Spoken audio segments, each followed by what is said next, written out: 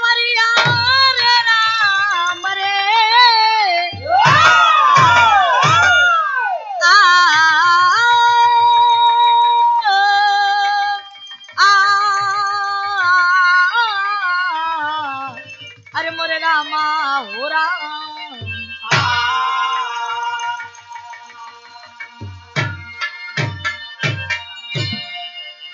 चार लाख भूमिका में कभी जी देना उठा के द भैया।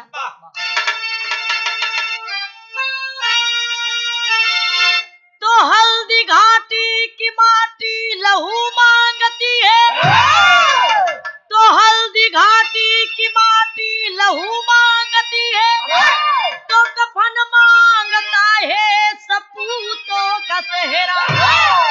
चंद्रशेखरी भगत को चमन मांगता है, वतन मांगता है आजादी का पहरा। तो दर्द सीने में है जब वतन के लिए, बन के फौलाद तूफान को मोड़ दो, काट दो इस गुलामी के जंजीर को।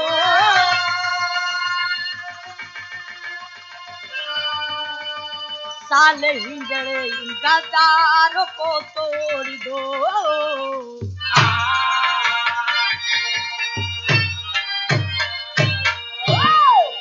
देखा नंदलाल जी, कब्बे के कहत रहा कि कोड़रिया तो लोग भसकावलू ना, हम बुची कहिला।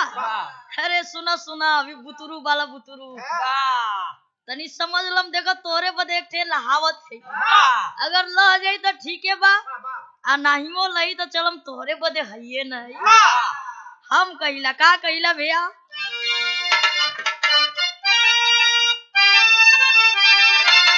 हो आज पीने, आज पीने की दावत है यारो, आज पीने की दावत है यारो, चांद पर बैठी कर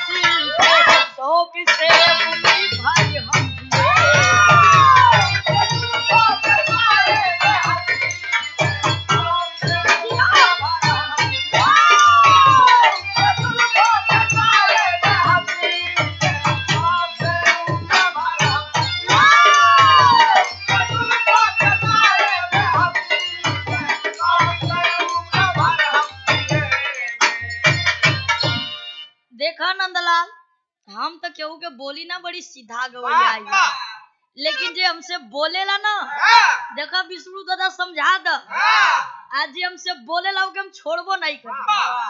लेकिन बतावल गेल भैया भाव में कवि जी लिखलन, वो बांधी करी के केसरिया कफन बांधी करके केसरिया कफन आबरू के लिए हम मरे।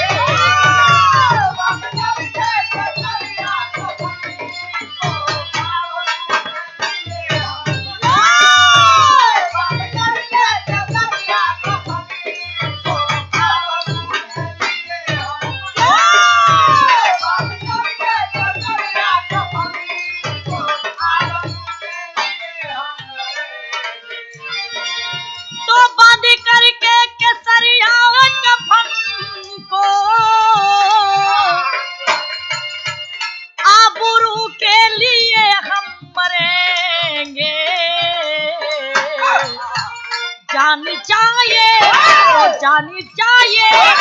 जानी चाहिए भले या समरी में पाँव पीछे कभी ना हटे जानी चाहिए भले या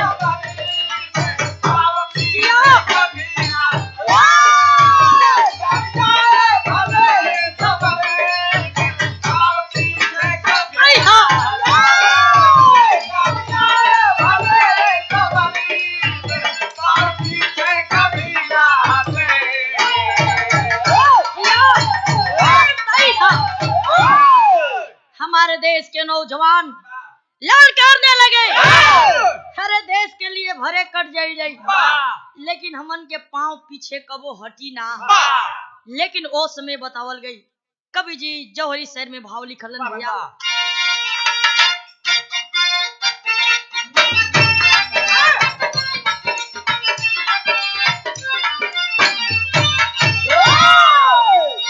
ललकार उठिए धरती सागर रही नहीं माले भारत माँ के दामन पे कटारे डेरा डाले रही दे सकी असमती खतरे में पड़ी आजादी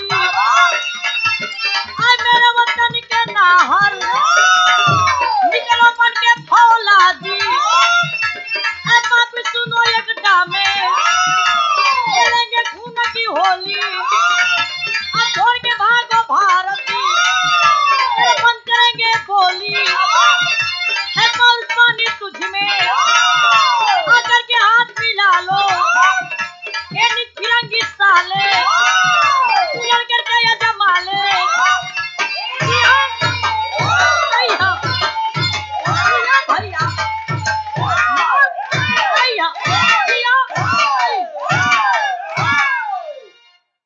ए भैया तनी कहानी के समझला लंदन के रहने वाला लॉर्ड एकडामेल इसी दिल्ली में आया और दिल्ली में आकर के लॉर्ड विलियम को आदेश दिया ऐ लॉर्ड विलियम इस पूरे हिंदुस्तान में इतना तहलका मचा दो कि ताकि हमारे खिलाफ किसी को सर उठाने की हिम्मत ना करे आखिर में बाबू इतना बात लॉर्ड विलियम सुनता है उस में बाबूजी जब हमारे हिंदुस्तान के नौजवान सुनना न हो खून खौल गया अरे वाह हमारे देश में आके आई हमने का रोटी खा के हमने से लोग रंगदारी करत हुआ उस में एक ठे काम कैलन का कैलन भैया यहाँ की लाइन तर्ज लग गई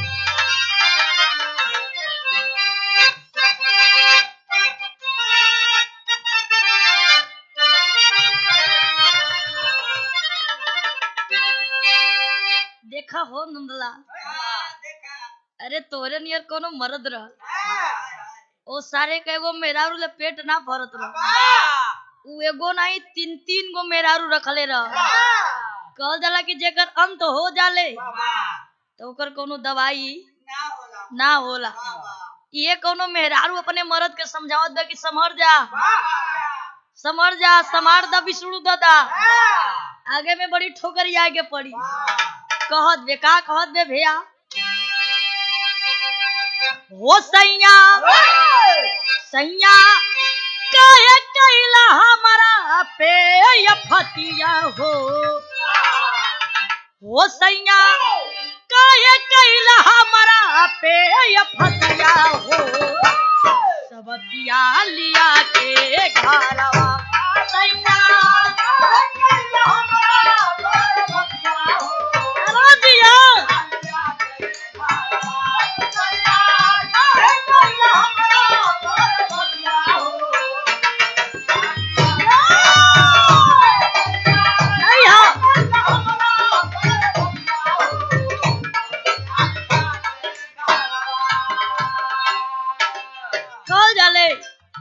यमन के देश में जब दीपावली आवेले तो सारे लोग खुशी में झूम जाते हैं लेकिन ओ समय के बतावल गई का बतावल गई भैया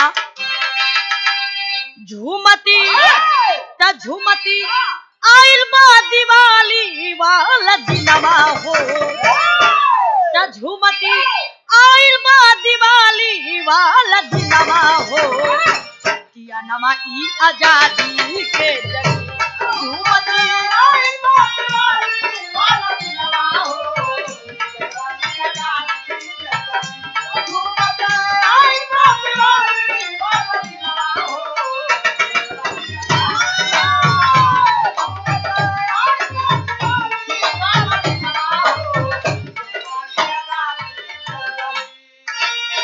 भागो अंग्रेज है गूंजे सगरो नारा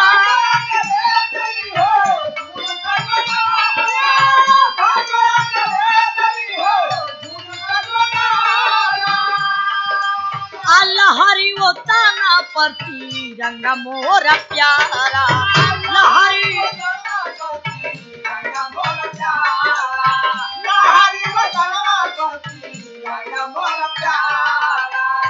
भारी जुल्म जालिम कैले सयतनवा हो तब भारी जुल्म जालिम कैले सयतनवा हो यनमा ई आजादी के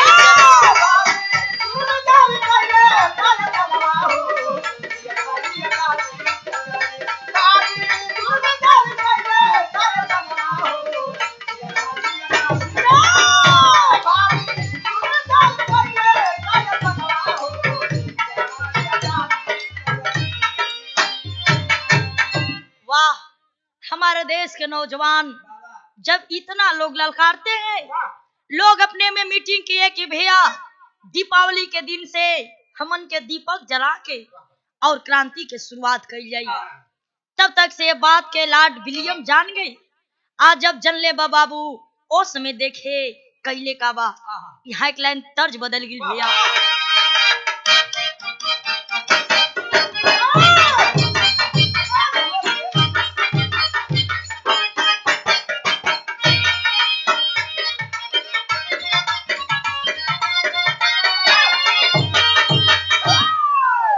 देखा हो जब हमन के बिहार में मुखिया का चुनाव भइल तो हम अपन एक थे 61 में गौली का गौली भैया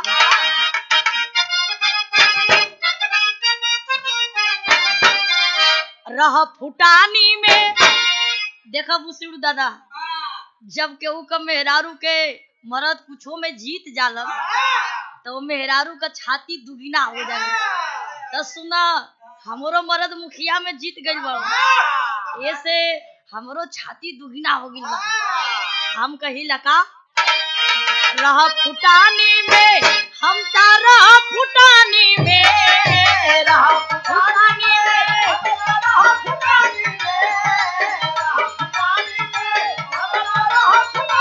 रह फुटानी में हम तारा फुटानी में सैया जीती गयल प्रधानी हम तारा सैया जीती गयल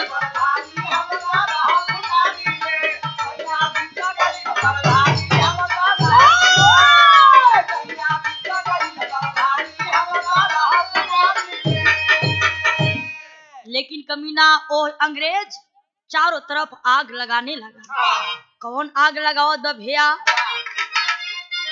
हो अगिया बगिया में लगौले जुर्म चवले ए बाबू ये बगिया में हो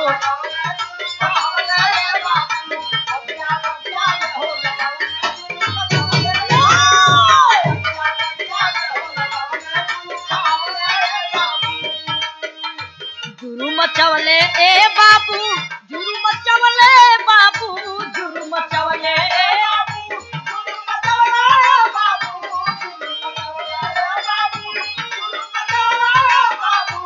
अगिया बगिया में हो लगौला जुर्म चवला ए बाबू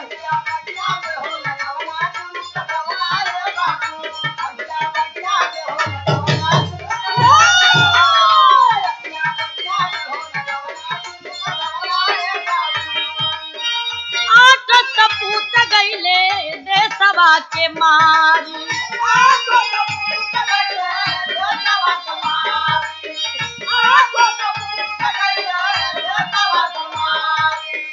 जलना दिवाली दिहले गुलशन उजाड़ी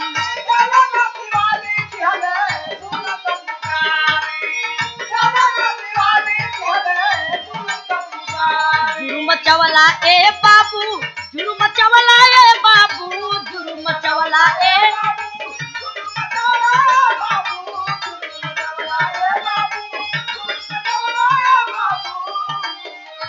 धरती खुनमा से हो रंगवला जुर्म मचवला ए बाबू। आखिर में बाबू देखे उस समय कमीना हमारे देश के 8 क्रांतिकारी नौजवान को पकड़ लिया और पकड़ के गोली मार के और 8 शहरों के मुख जगहों पर टंगवा दिया। जैसे बनारस के 10 अश्वमेध घाट पर, इलाहाबाद के त्रिवेणी संगम पर, बाबूजी पटना के सचिवालय पर, दिल्ली के लाल किला पर और बाबू लखनऊ के हजरत महल पार्क में ऐसे ऐसे करके चारों तरफ 8 नौजवान की लाश टंगवा दिया और लिखवा दिया कि हिंदुस्तान के लोग जो हमसे ऐसा बगावत करेगा उसका हम लोग यही दंड देंगे। बाबूजी इतनी बात जब नौजवान सुनलन हो ललकार के एक ठे बात कहला। आई हाइकलाइन तर्ज बदल गई भैया।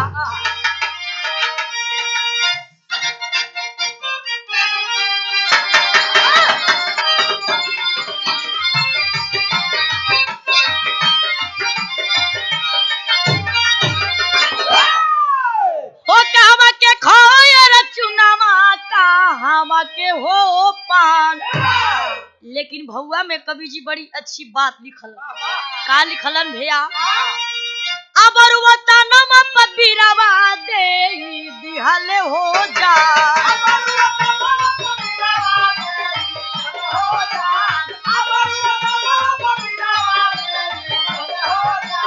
अबर वतनम पबीरवा दे दिहल हो जा।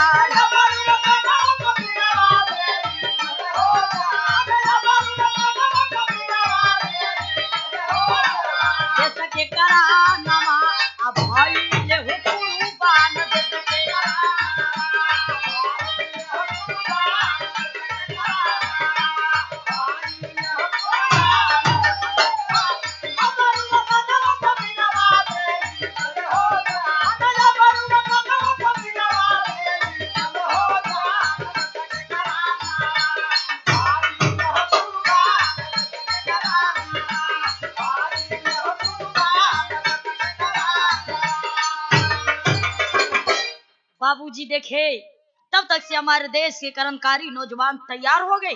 अरे वाह, हमारे देश के 8 नौजवान मरलन त का मरलन। 8 गो के बदले में कम से कम त 8000 नौजवान जन्म लिहन।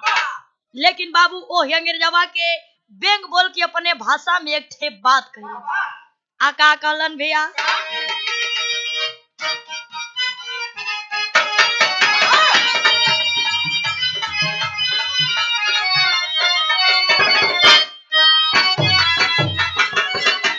ये गीत के लाइन बा नंदलाल जी, एद की पारी तो छोड़त है लेकिन ओद की पारी चापम ना कि फिर तोहार कोड़री पुड़ुक पुड़ुक करी। सुना सुना कहिला हम कहिला भैया। हो नया नया माल बाई गाड़ी बेमिसाल बा,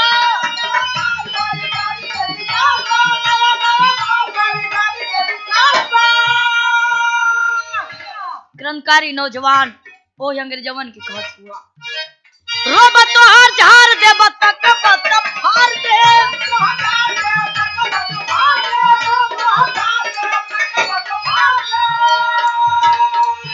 इनका बहिन के जवानी गदराइल बा, इनका बहिन के जवानी गदराइल बा।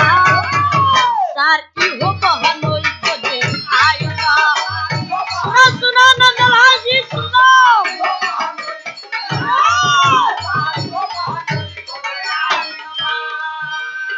खुनवा के टीका ले ले दुल्हा फरार बा,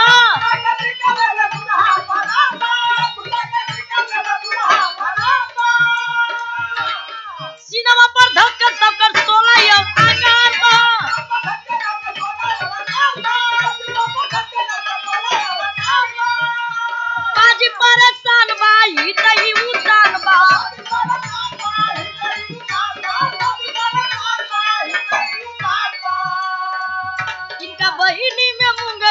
माई बा साथी हो बहनोई खोजे आइल बा। ए भैया ये हर कर्मकारी नौजवान कहत हुआ का होई अपने बहन के छोड़ के आइल बड़ा लंदन में आइल बड़ा एजा बहनोई खोजे। अरे तोरे बहनोई जो तो हमन का हइये है। अंग्रेजवा सुनस कलस की बात ये सब लोग क्या कह रहे हैं। आए बाबू देखे ए तनी बात जब सुनस हो तब तक से देखे हमारे कहानी मोड़ लिहलस। ये हर बाबू लॉर्ड विलियम के बदली हो गई। जब बदली हो गई उसमें बदली करा करके चला आया ग्वालियर में। लॉर्ड विलियम के कही लड़का जौनी लड़का के नाम बतावल गई ग्रेट हिसन। ग्रेट हिसन ग्वालियर के स्कूल में प्रतिदिन पढ़े जात रहल।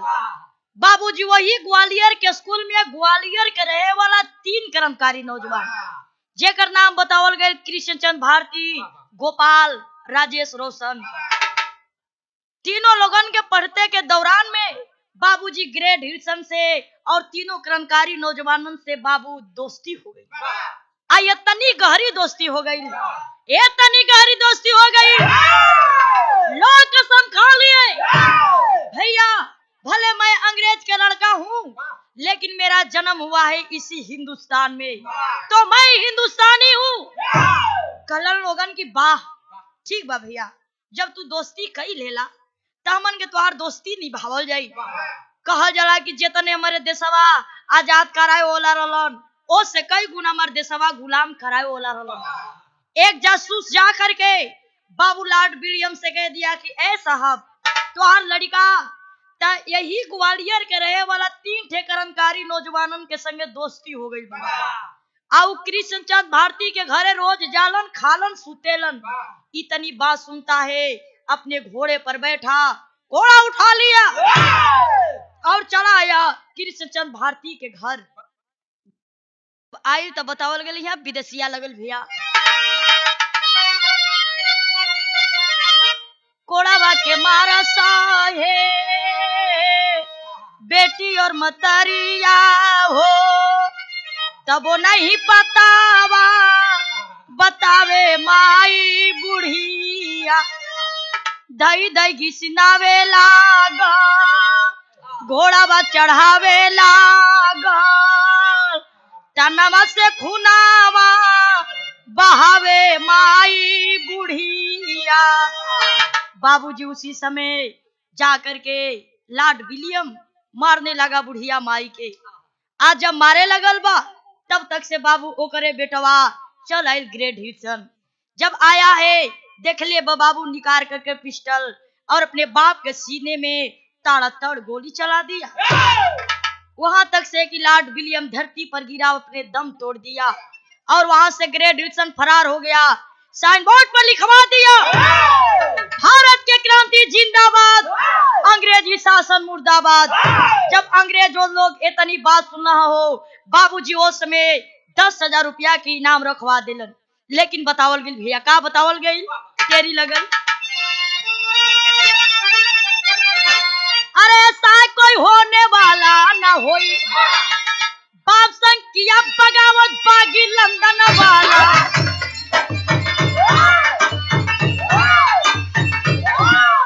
जब इतनी बात ऐलान कैलस ओस में बतावल गई यहाँ अल्हा लगिल भैया बेटवा के प्यारी हो बेटवा के प्यारी हो मतारी दुनिया में ये भैया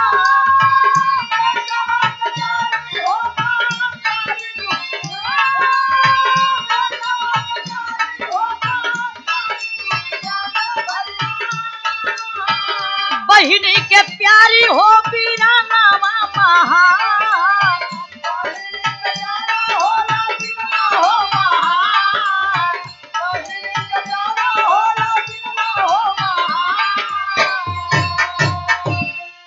उसमें बाबू देखे जब इतनी बात लोग ऐलान किलन लेकिन बतावल कि सदर हमें भैया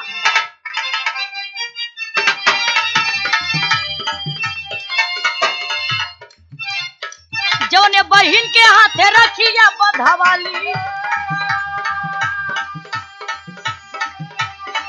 जौन बहिन के हाथे रखिया बधवाली खुशी खुशी दिलावा में लेके यार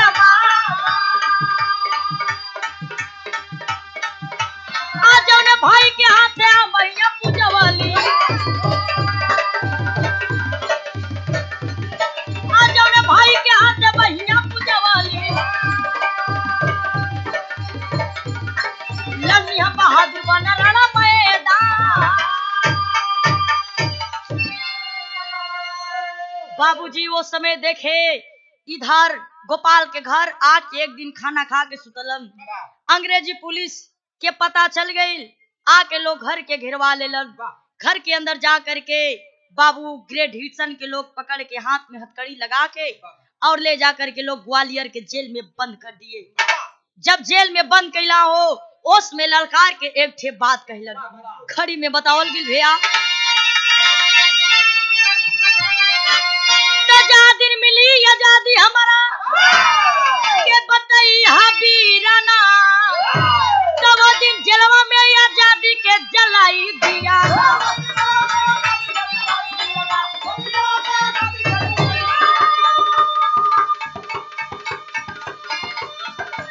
अरे दिया भैया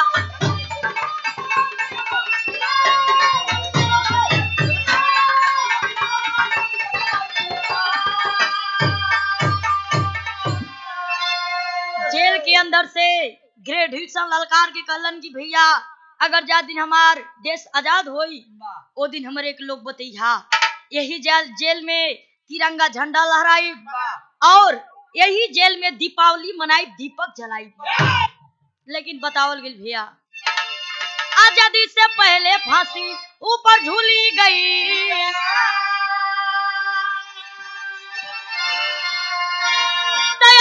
सपना अधूरे रही गई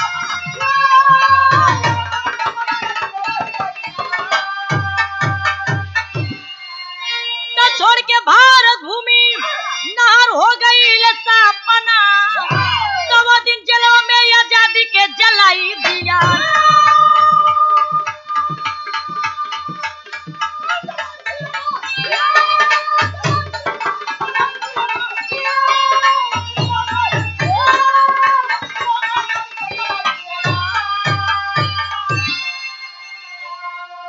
बाबू अंग्रेज लोग उसी ग्वालियर के जेल में ग्रेट हिटसन के ले जा करके लोग फांसी पर झुला दिए और ग्रेट हिटसन हंसते हंसते फांसी के बाबू सावन के झूला समझ करके और झूल गए। वाह दोस्त मिले तो वैसन कि जे हिंदुस्तान के खातिर दोस्ती के खातिर अपने प्राण के त्याग दिलन। लेकिन बतावल गेल आखिरी लाइन में का पत्तू 6 बर लेके जन्म फिर आना मेरे वतन